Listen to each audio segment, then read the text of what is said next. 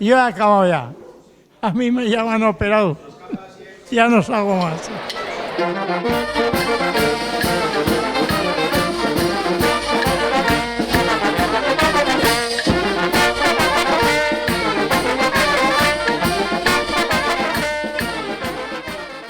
Ahí está, tú no habías dicho que ibas a dejar de tocar ya, que... ¿De follar? De tocar, no, de follar, no, de tocar.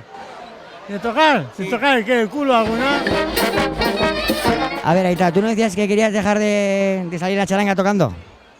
Sí, decía, pero es más fuerte que yo la charanga y al final te entran las ansias y sales.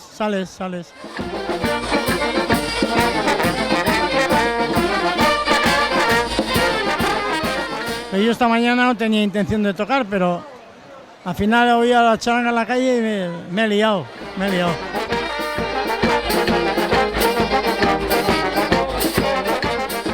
¿Y qué haces aquí con el cacharro? ¿No estás haciendo otra cosa? Pues, y lo llevas encima, ¿no? Estoy a gusto aquí entre los músicos, muy bien.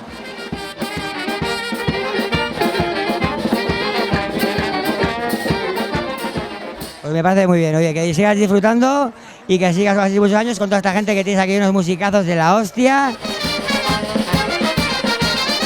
Oye, opa, cuidarme ahí, tacho, ¿eh? Venga.